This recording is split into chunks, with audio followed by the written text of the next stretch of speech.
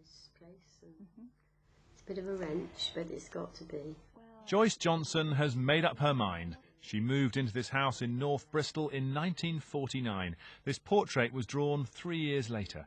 After 60 years here, she's told her advice worker that it's now time for a bit more help and fewer stairs. Oh, everything all on one floor.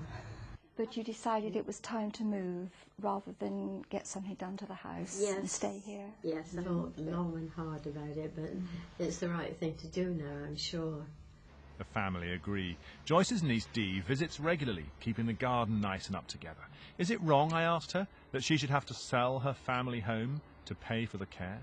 Well, it's her house and it's her money, and if that's what she wants, then it's the right thing. You know, the whole object of the exercise is for her to maintain her independence and control over her own life.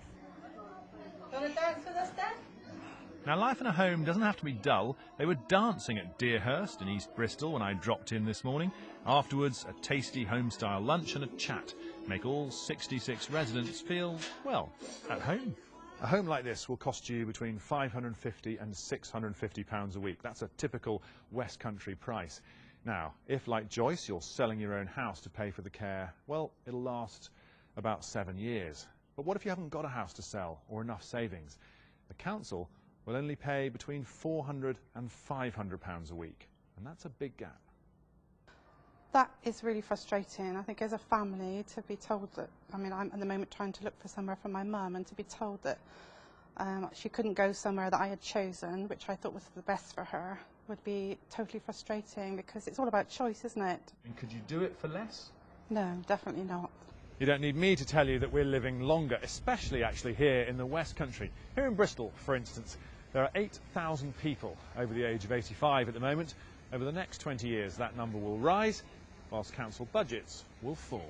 We've got to put much more emphasis on caring for people at home, provide more flexible services for people at home.